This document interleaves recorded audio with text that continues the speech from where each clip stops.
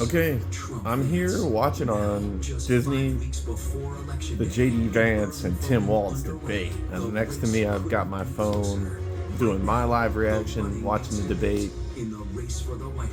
I almost felt like, oh man, I'd be too tired to do this, but I'm going to do this. Good evening again, everyone. We are now just moments away from the first and only vice presidential debate between Governor Tim Walz and Senator JD Vance. Lighting is not the best. Election day now just 35 days away. Apologies. Now underway. And Kamala Harris and Donald Trump within a point of each other in several of the key battleground states that will decide this election. Well, I'll stay up close. Matchup between their running mates likely to be consequential. Any movement in this race could make a real difference. Let's listen to the CBS debate. Presidential debate. Oh, good. It's got lighting. Yes, give it to me. They're already there. They're ready. Two women moderators. For tonight's CBS News Vice Presidential Debate, we want to welcome our viewers on CBS. This is going to be juicy. Here in the U.S. and around the world. We have a consequential night ahead, and our focus is the issues that matter to you, the voter. Introduce the candidates. Minnesota's Democratic. Not that I really need to see this debate, but it's nice to do it because JD Vance. I'm a proud independent voter who's like, you know what? Let me hear what both of these vice presidents have to say. You know, let's see what they've got. Oh, good, they shook hands. Good job, boys. Yeah, a thoughtful debate. Questions will be directed at one candidate who will have 2 minutes to respond. The other candidate will be allowed 2 minutes for rebuttal. Then each 2 minutes to candidate respond. will get another minute Each candidate gets 2 minutes for rebuttal. with an additional 1 minute each at the discretion of the moderator. Shoot, we're already a minute into this. The primary role 2 of the minutes now. moderators is to facilitate the debate between the candidates, enforce the rules, and provide the candidates I'm the on opportunity Brian to Tyler fact-check Cullen's claims channel over made here by on the each live other. chat. CBS News reserves the right to mute the candidates' microphones to maintain decorum. We have not shared the questions Brian or Tyler topics with Cullen. the campaigns. The I'm on his stage YouTube is set. over here, Governor, Senator, next to me. Thank you for joining us. Let's get Okay. started. Yeah. Tonight, our country is facing several unfolding crises. The Middle East is on the brink of war. Americans are suffering from the catastrophic impact Iran of attacked Hurricane Helene. Israel. And now a labor strike Hurricane is 25,000 Helene. dock workers from Maine to Texas Labor are strike. picketing. We're going to begin tonight with the Middle East. Margaret. Middle East. Thank you, Nora. Good way to start. Earlier today, Tough Iran situation. launched its largest attack yet on Israel, but that attack failed thanks to joint U.S. and Israeli defensive action. Yeah. President Biden has deployed more than 40,000 U.S. military personnel and assets to that region over the past year to try to prevent a regional war. Iran is weakened, but the U.S. still considers it the largest state sponsor of terrorism in the world, and it has drastically reduced the time it would take to develop a nuclear weapon. It is down now to 1 or 2 weeks' time. Governor Walz, if you were the final voice in the Situation Room, would you support or oppose a preemptive strike by Israel on Iran? You have 2 minutes. Well, thank you, and thank you for those joining at home tonight. Let's keep in mind where this started. October 7th, Hamas terrorists massacred over 1,400 Israelis and took prisoners. Israel's ability to be able to defend itself is absolutely fundamental. Getting its hostages back, fundamental, and ending the humanitarian crisis in Gaza. But the expansion of Israel and its proxies is an absolute fundamental necessity for the United States to have the steady leadership there. You saw it experienced today, where along with our Israeli partners and our coalition, able to stop the incoming attack. But what's fundamental here is that steady leadership is going to matter. It's clear, and the world saw it on that debate stage a few weeks ago, a nearly 80-year-old Donald Trump talking about crowd sizes is not what we need in this moment. But it's not just that. It's those that were closest to Donald Trump that understand how dangerous he is when the world is this dangerous. His chief of staff, John Kelly, said that he was the most flawed human being he'd ever met. And both of his secretaries of defense and his national security advisors said he should be nowhere near the White House. Now, the person closest to them, Donald Trump, said he's unfit for the highest office. That was Senator Vance. What we've seen out of Vice President Harris is we've seen steady leadership. We've seen Vance. calmness that is able to Keep be a able straight to draw face, on the coalitions to blinking, bring looking them like he's together. ready to just Understanding him. that our allies matter. Oh, When now he looks our up. allies see Donald Trump turn towards Vladimir Putin, turn towards North Korea, when we start to see that type of fickleness around holding the coalitions together, we will stay committed. And as the vice president said today we will protect our forces and our allied forces, and there will be consequences. Governor, your time is up. Senator Vance, the same question. Would you support or oppose a preemptive strike by Israel on Iran? You have 2 minutes. So, Margaret, I want to answer the question. First of all, thanks, Governor. Thanks to CBS for hosting the debate. And thanks, most importantly, to the American people who are watching this evening and caring enough about this country to pay attention to this vice presidential debate. I want to answer the question, but I want to actually give an introduction to myself a little bit because I recognize a lot of Americans don't know who either one of us are. I was raised in a working class family. My mother required food assistance for periods of her life. My grandmother required Social Security help to raise me. And she raised me in part because my own mother struggled with addiction for a big chunk of my early life. I went to college on the GI Bill after I enlisted in the Marine Corps and served in Iraq. And so I stand here asking to be your vice president with extraordinary gratitude for this country, for the American dream that made it possible for me to live my dreams. And most importantly, I know that a lot of you are worried about the chaos in the world and the feeling that the American dream is unattainable. I want to try to convince you tonight over the next 90 minutes that if we get better leadership in the White House, if we get Donald Trump back in the White House, the American dream is going to be attainable once again. Now, to answer this particular question, we have to remember that as much as Governor Walz just accused Donald Trump of being an agent of chaos, Donald Trump actually delivered stability in the world, and he did it by establishing effective deterrence.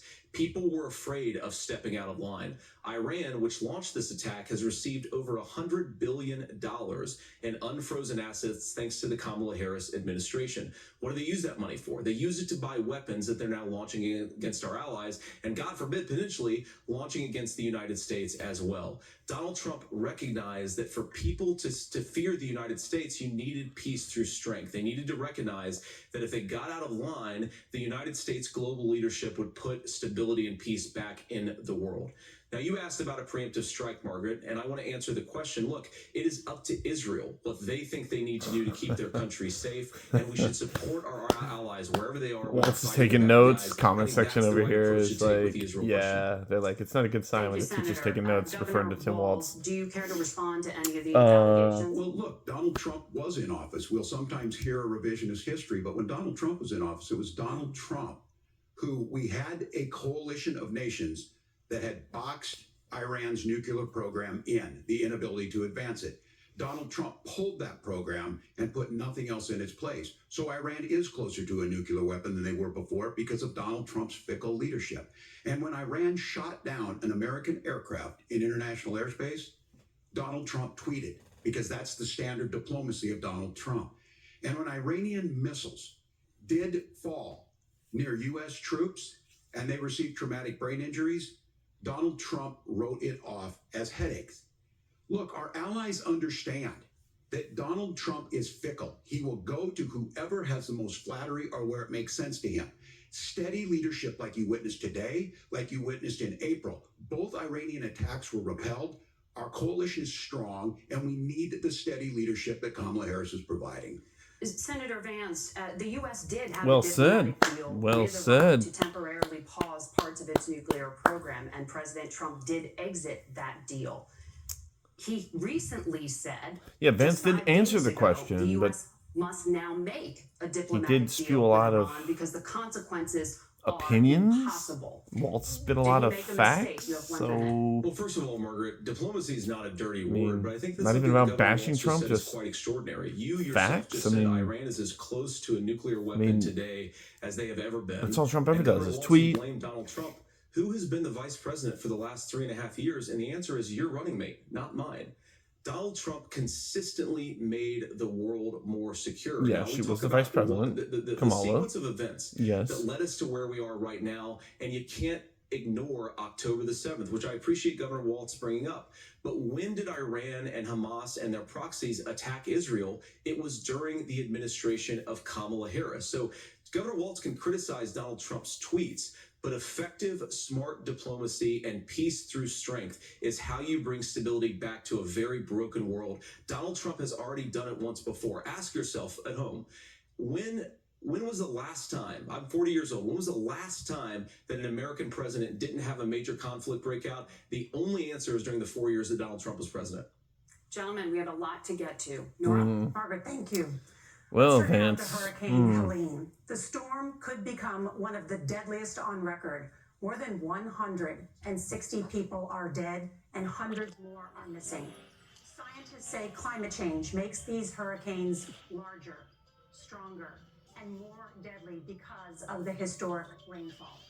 Senator Vance, according to CBS News, Yeah, polling, 7 Vance in has 10 spewed Americans some and lies. more than 60% Very of clear, Republicans blatant under lies. the age of 45 favor the U.S. taking He may be steps to young, try and reduce educated, climate change. compelled, but Senator, what responsibility I like will that the Trump he's, administration an have to honest try and patriot reduce from his the service impact of climate change? as a former I'll give you Iraq 2 minutes. veteran. Sure. So first of all, let's start with I the mean, hurricane because it's an unbelievable. of how long he unspeakable served, I human don't know. I tragedy. haven't I looked just it saw up. today actually a photograph of 2 grandparents on a roof with a 6-year-old child, and it was the last photograph ever taken of them because the roof collapsed and those innocent people lost their lives. And I'm sure Governor Walz joins me in saying our hearts go out to those innocent people, our prayers go out to them, and we want as robust and aggressive as a federal response as we can get to save as many lives as possible. And then, of course, afterwards, to help the people in those communities rebuild. I mean, these are communities that I love. Some of them I know very personally in Appalachia, all across the Southeast. They need their government to do their job. And I commit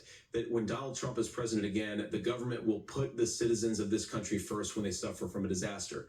Now, Nora, you asked about climate change. I think this is a very important issue. Look, a lot of people are justifiably worried about all these crazy weather patterns. I think it's important for us, first of all, to say, Donald Trump and I support clean air, clean water. We want the environment to be cleaner and safer. But one of the things that I've noticed some of our Democratic friends talking a lot about is a concern about carbon emissions. This idea that carbon emissions drives all the climate change. Well, let's just say that's true, just for the sake of argument, so we're not arguing about weird science. It's not just carbon emissions. That's true.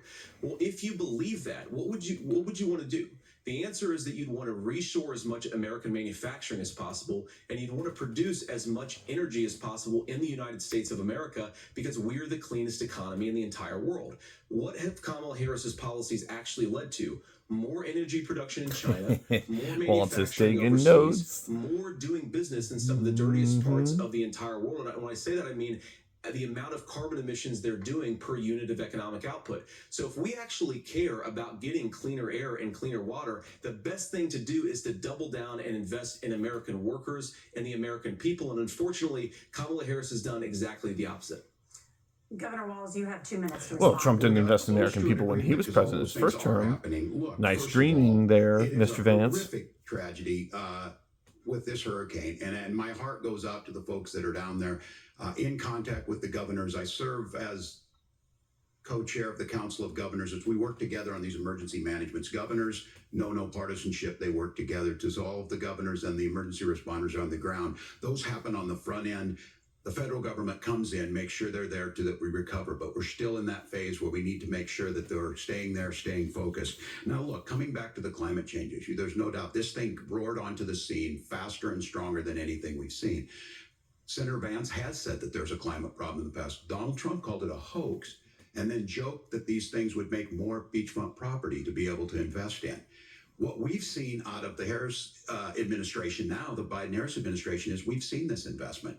We've seen massive investments, the biggest in global history that we've seen in the Inflation Reduction Act, has created jobs all across the country. 2,000 in Jeffersonville, Ohio, taking the EV technology that we invented and making it here. 200,000 jobs across the country. The largest solar manufacturing plant in North America sits in Minnesota.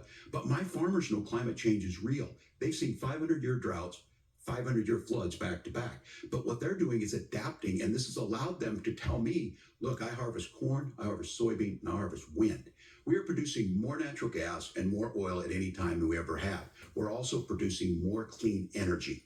So the solution for us is to continue to move forward, that climate change is real. Reducing our impact is absolutely critical, but this is not a false choice. You can do that at the same time you're creating the jobs that we're seeing all across the country. That's exactly what this administration has done. We are seeing us becoming an energy superpower for the future, not just the current. And that's what absolutely makes sense. Present for the future, my belief. How do we mitigate? Vance is not taking notes at all. Thank you, Senator. I want to give you an opportunity come on, to Vance. respond there. The governor mentioned Give that it up, President brother. Trump has called climate change Mr. Podcast Young. Well, look, what the president has said is that Iraq if the veteran, Democrats, boy. in particular Kamala Harris and her leadership, if they really believe that climate change is serious, what they would be doing is more manufacturing and more energy production in the United States of America, and that's not what they're doing. So clearly, Kamala Harris herself doesn't believe her own rhetoric on this. If she did, she would actually agree with Donald Trump's energy policies. Now, something Governor Walz said I think is important to touch upon, because when we talk about clean energy, I think that's a slogan that often the Democrats will use here. And I'm talking, of course, about the Democratic leadership. And the real issue is that if you're spending hundreds of millions or even billions of dollars of American taxpayer money on solar panels that are made in China, number one, you're going to make the economy dirtier. We should be making more of those solar panels here in the United States of America. Some of them are, Tim, but a lot of them are being made overseas in China, especially the components that go into those solar panels. So if you really want to make... Yes, there's some baiting going on from Vance. You've got to invest in more energy production. We haven't built a nuclear facility, I think, one in the past 40 years. Natural gas, we got to invest more in it. Kamala Harris has done the opposite. That's raised energy prices and also meant that we're doing Senator, your time is up. Governor, would you like to respond? Well, look, we're producing more natural gas than we ever have. There's no moratorium on that. We're producing more oil, but the folks know, and like I said again, these are not liberal folks. These are not folks that are Green New Deal folks. These are farmers that have been drought one year, massive flooding the next year. They understand that it makes sense. Look, our number one export cannot be topsoil from erosion from these massive storms. We saw it in Minnesota this summer. And thinking about how do we respond to that, we're thinking ahead on this. And what Kamala Harris has been able to do in Minnesota, we're starting to weatherproof some of these things. The infrastructure law that was passed allows us to think about mitigation in the future. How do we make sure that we're protecting by burying our power lines? How do we make sure that we're protecting lakefronts and things that we're seeing more and more of? But to call it a hoax and to take the oil company executives to Mar-a-Lago, say, give me money for my campaign, and I'll let you do whatever you want. We can be smarter about that, and an all-above energy policy is exactly what she's doing, creating those jobs right here. Governor, your time is up. The overwhelming consensus among scientists is that the Earth's climate is warming at an unprecedented rate. Margaret? Thank you, Nora. We're going to turn now to immigration. The crisis at the U.S.-Mexico border consistently ranks as one of the top issues for American voters. Well, Senator Vance, I'm not hearing a lot from Vance, and Walz is basically just proving the facts that, yeah, he's more educated on a lot of things to do with farmers. He knows his facts. Vance is more... Forgive me. For example, this is nothing exciting. Who have entered the U.S. illegally, it's almost as entertaining as watching from any of their children who a chess club. On U.S. soil. You have 2 Except minutes. I think a chess club would be more exciting than this. About deportations, we have to stop the bleeding. We have a historic immigration crisis because Kamala Harris started and said that she wanted to undo all of Donald Trump's border policies. Hold on a minute. 94 executive orders suspending Trump did not help decriminalize illegal the immigration place at all. Increasing the asylum fraud that exists in our system. That has opened the floodgates. And what it's meant is that a lot of fentanyl is coming into our country. I had a mother who struggled with opioid addiction and has gotten clean. I don't want people who are struggling with addiction to be deprived of their second chance because Kamala Harris let in fentanyl into our communities at record levels. So you've got to stop the bleeding. You've got to re-implement Donald Trump's border policies, build the wall. We're not bleeding. We got people in cages. That was even happening during Biden's administration. We were aware of this. What do we do with them? I think the old implemented Trump policies that were put into effect and still going on. Of those people have committed some form of crime in addition to crossing the border illegally. I think you start with deportations. Yeah, Vance is chasing this question. And then I think you make it harder for he's jumped off topic. To undercut the wages of American workers. A lot of people will go home if they can't work for less than minimum wage in our own country. And by the way, that'll be really good for our workers who just want to earn. Hell, I know. I'm unemployed. Good day's work. The final point, Margaret, is you ask about family separation. Right now in this country, Margaret, we have 320,000 children that the Department of Homeland Security has effectively lost. Some of them have been sex trafficked. Some of them, hopefully, are at homes with their families. Some of them have been used as drug trafficking mules. The real family separation policy in this country is, unfortunately, Kamala Harris's wide open southern border. And I'd ask my fellow Americans to remember, when she came into office, she said she was going to do this. Real leadership would be saying, you know what, I screwed up. We're going to go back to Donald Trump's border policies. I wish that she would do that. It would be good for all of us. Governor, do you care to respond to any Rebuttal, specific Mr. allegations, Walz? including that the vice president is, quote, letting in fentanyl and using kids as drug mules, among other things regarding children? The drug mule is not true, but I will say about this, about the fentanyl, because this is a crisis of this, the opioid crisis. And the good news on this is the last 12 months saw the largest decrease in opioid deaths in our nation's history. 30% decrease in Ohio, but there's still more work to do. But let's go back to this on immigration. Kamala Harris was the Attorney General of the largest state, a border state in California. She's the only person in this race who prosecuted transnational gangs for human trafficking and drug interventions. But look, we all want to solve this. Most of us want to solve this.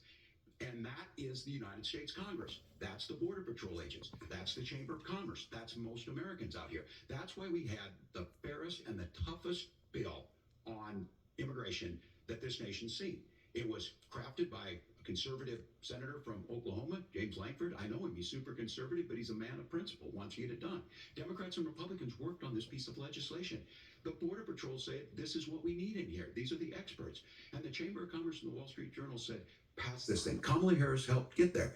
1,500 border agents, detection for drugs, DOJ money to speed up these the adjudications on this. Just what America wants. Got some Brits in the chat over here. Watching Tyler Cohen.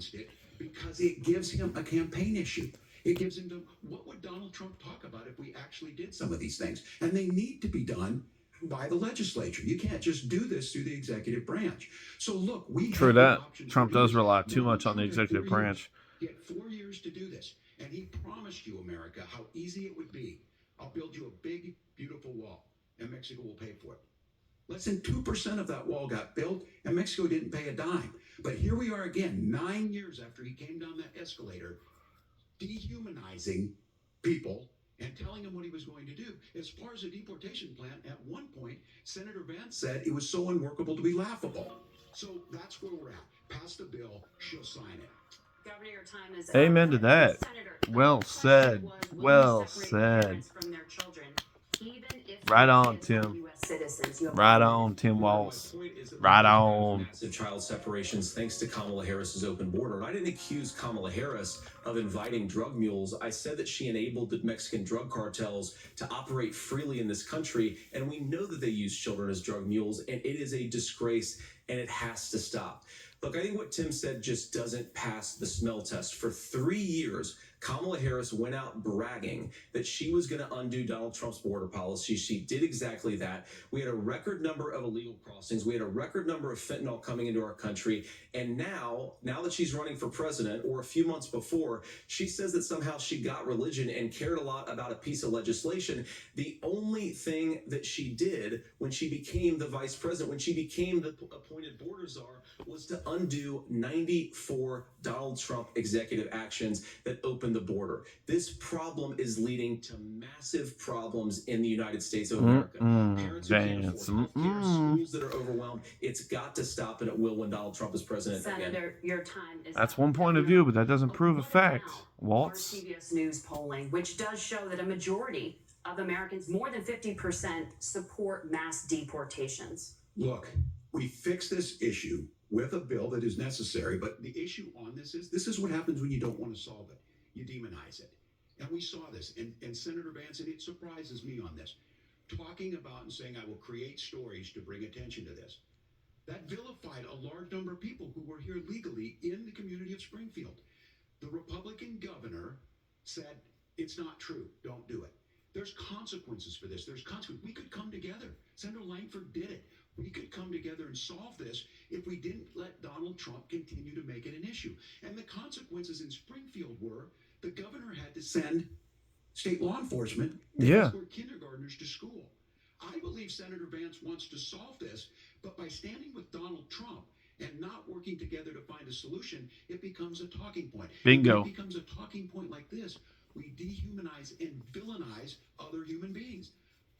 Tim, Governor, your time is up. Senator, I'll give you 1 minute, but let me just ask you the question first. The governor has made the point, and I think as a sitting lawmaker, you know that Congress controls the purse strings and any funding. So you have said repeatedly that Donald Trump would through executive action, solve this? Do you disagree that Congress controls the purse strings and would need to support many of the changes that you would actually want to implement? You have 1 minute. Look, Margaret, first of all, the gross majority of what we need to do at the southern border is just empowering law enforcement to do their job. I've been to the southern border more than our borders are. Kamala Harris has been, and it's actually heartbreaking because the Border Patrol agents, they just want to be empowered to do their job. Of course, additional resources would help, but most of this is about the president and the vice president empowering our law enforcement to say, if you try to come across the border illegally, you've got to stay in Mexico, you've got to go back through proper channels. Now, Governor Walz brought up the community of Springfield, and he's very worried about the things that I've said in Springfield. Look, in Springfield, Ohio, and in communities all across this country, you've got schools that are overwhelmed. You've got hospitals that are overwhelmed. You've got housing that is totally unaffordable because we brought in millions of illegal immigrants to compete with Americans. Well, I'm not seeing that in Florida, and I don't think it has anything to do with my Ron DeSantis governor. By Kamala Harris's open border. It is a disgrace, Tim. And I actually think, I agree with you. I think you want to solve this problem, but I don't think that Kamala Harris does. Senator, your time is up. Governor, you have 1 minute to respond. Yeah, well, We gonna meet in the middle? Enforcement that asked for the bill. They helped craft it. They're the ones that supported it. That's because they know we need to do this. Look, this issue of continuing to bring this up, of not dealing with it, of blaming migrants for everything. On housing, we could talk a little bit about Wall Street speculators buying up housing and making them less affordable, but it becomes a blame. Look, this bill also gives the money necessary to adjudicate. I agree. It should not take 7 years for an asylum claim to be done. This bill gets it done in 90 days. Then you start to make a difference in this, and you start to adhere to what we know, American principles. Look, I don't talk about my faith a lot, but Matthew 25:40 talks about, to the least amongst us you do unto me. I think that's true of most Americans. They simply want order to it. This bill does it. It's funded. It's supported by the people who do it. And it lets us keep our dignity about how we treat other people. Amen to that. Amen to that. Springfield, Ohio does have a Tim large number Tim of Walz Haitian just migrants waltzed that who right have on legal through. status, Matthew temporary 25, baby. protected status. Margaret, but Thank you. Senator, we have so much to get to. Margaret, I think it's important Put a because turnout of the economy. Thank Margaret, you. the rules were that The you guys economy, weren't going to we're- fact check, and since you're fact checking me, I think it's important to say what's actually going on. So there's an application called the CBP-1, where you can go on as an illegal migrant, apply for asylum or apply Yeah, for he parole, shoved his way in, and all be right. granted legal status Uh, at the wave Vance. of a Kamala Harris open border wand. That is not a person coming in, applying for a green card and waiting for 10 years. That Thank is you, the Senator. facilitation of illegal immigration, Margaret, by Thank our you, own Senator, for leadership. describing the legal And process. Kamala- We and have Kamala so much Harris to get opened up to, that Senator. pathway. Those We have laws so have been on much. the books since 1990. Thank you, gentlemen. The has not been on the books. Oh, they got muted. Oh, they got muted. Tim Walz got muted. The audience can't hear you because your mics are cut. We have so much we want to get to. Thank you for explaining Click. the legal Muted process. that right there. The economy is a top concern for voters. Each of your campaigns has released an economic plan. So let's What talk was about JD the Vance specifics. thinking to just cut in there and just making it all about himself? I mean, come on, man. Millions in tax credits for manufacturing, housing, and a Vance renewed did child lose tax it. credit. Comment section over here is Says like, your proposals wow. will increase the nation's deficit by $1.2 trillion. Oh God, we How don't would you need pay for that. without ballooning the deficit? Governor, I'll give you 2 minutes. Yeah, thank you. And Ooh, ballooning. Harris and I Oh. do believe in the middle class because that's where we come from. We both grew up in that. We understand. So those of you out there listening tonight, you're hearing a lot of stuff back and forth, and it's good. It's healthy. That's what this is supposed to happen. You should be Yeah. listening. How's this going to impact me? The bold forward plan that Kamala Harris put out there is talking about this housing issue. The one thing is there's 3 million new houses proposed under this plan with down payment assistance on the front end to get you in a house. A house is much more than just an asset to be traded somewhere. It's foundational to where you're at. And then making sure that the things you buy every day, whether they be prescription drugs or other things, that there's fairness in that. Look, the $35 insulin is a good thing, but it costs $5 to make insulin. They were charging $800 before this law went into effect. As far as the housing goes, I've seen it in Minnesota. 12% more houses in Minneapolis, prices went down on rent 4%. It's working. And then Yeah, making JD sure Vance showed no tax no respect to the lady moderators. $6,000 child tax credit we have one in Minnesota reduces childhood poverty by a third. We save money in the long run, and we do the right thing for families. And then getting businesses off the ground. The law as it stands right now is $5,000 tax credit for small business, increasing that to $50,000. Now, this is a philosophical difference between us. Donald Trump made a promise, and I'll give you this. He kept it. He took folks to Mar-a-Lago, said, you're rich as hell, I'm going to give you a tax cut. He gave the tax cuts that predominantly went to the top class. What happened there was an $8 trillion increase in the national debt. First time JD Vance has written Now something. he's proposing a 20% consumption or sales tax on everything we bring in. Everyone agrees, including businesses, it would be destabilizing it, it would increase inflation and potentially lead to a recession. Look, this is simple for you. Where are we going? Kamala Harris has said to do the things she wants to do, we'll just ask the wealthiest to pay their fair share. When you do that, our system works best, more people are participating in it, and folks have the things that they need. Senator, I want to give you a moment to respond on that. But similarly, the Wharton School has done an analysis of the What? Trump plan JD Vance let and the lady says talk? it would increase the nation's deficit by 5.8 Oh, he's trillion. listening? My question is the same for you. How do you pay for all that without ballooning the deficit? Yeah, I'll give you JD 2 minutes. Vance. Well, first of all, you're going to hear a lot from Tim Walz this evening, and you just heard it in the answer. A lot of what Kamala Harris proposes to do, and some of it, I'll be honest with you, it even sounds pretty good. Here's what you won't hear, is that Kamala Harris has already done it. Because she's been the vice president for 3.5 years. She had the opportunity to enact all of these great policies, and what she's actually done instead is drive actually the got a cost text of food higher by 25%. From somebody telling drive me the cost of housing higher by about 60%. Open the American southern border and make middle-class life unaffordable for a large number of Americans. If Kamala Harris has such great plans for how to address middle-class problems, then I don't she need ought to do them now. Not when asking for get promotion, but in the advertisements job from the American Democratic people gave her convention. 3.5 years ago. And the fact that she isn't tells you a lot about how much you can trust her actual plans. Now, Donald Trump's economic plan Don't even know how is that not even just started. a plan, but it's also a record. A lot of those same economists attack Donald Trump's plans, and they have PhDs, but they don't have common sense, and they don't have wisdom. Because Donald Trump's economic policies delivered the highest take-home pay in a generation I never in even this signed up for country, Democratic. 1.5% inflation, and to boot, peace and security all over the world. So when people say that Donald Trump's economic plan doesn't make sense, I say look at the record. He delivered rising take-home pay for American workers. Now, Tim admirably admits that they want to undo the Trump tax cuts. But if you look at what was so different about Donald Trump's tax cuts, even from previous Republican tax cut plans, is that a lot of those resources went to giving more take-home pay to middle-class and working-class Americans. It was passed in 2017. I didn't and feel it. saw Did an you? American economic boom unlike I mean, we've honestly, seen did in you a see generation a in this trickle-down country. effect, That is a honestly? I record that I'm mean, proud to run on, and we're going to get back to that I saw the gas sense prices wisdom go down. so that you can afford to live the American dream again. I know a lot of you are struggling. I know a lot of you are worried about paying the bills. It's going to stop when Donald Trump brings back common sense to this country. Governor, do you want to respond to that? What has Kamala Harris done for the middle Yeah, class? well, Kamala Harris's day one was Donald Trump's failure on COVID that led to the collapse of our economy. We were already before COVID in a manufacturing recession, but 10 million people out of work, the largest percentage since the Great Depression.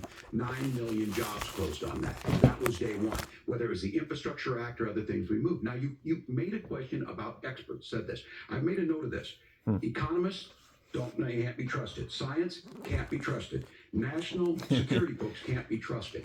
Look, if you're going to be president, you don't have all the answers. Donald Trump believes he does. My pro tip of the day is this. If you need heart surgery, listen to the people at the Mayo Clinic in Rochester, Minnesota, not Donald Trump. And the same thing goes with this. And I ask you, amen to that, Tim Walz. teachers, nurses, truck drivers, whatever, how is it fair that you're paying your taxes every year and Donald Trump hasn't paid any federal tax in the last 15 years?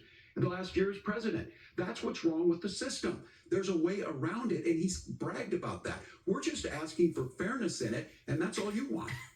You have a minute. Governor, you say trust the experts. But those same experts for 40 years said that if we shipped our manufacturing base off to China, we'd get cheaper goods. They lied about that. They said if we shipped our industrial base off to other countries, to Mexico and elsewhere, it would make the middle class stronger. They were wrong about that. They were wrong about the idea that if we made America less self-reliant, less productive in our own nation, that it would somehow make us better off, and they were wrong about it. And for the first time in a generation, Donald Trump had the wisdom and the courage to say, to that bipartisan consensus, we're not doing it anymore. We're bringing American manufacturing back. We're unleashing American energy. We're going to make more of our own stuff. And this isn't just an economic issue. I mean, I've got 3 beautiful little kids at home, 7, 4, and 2, and I love them very much, and I hope they're in bed right now.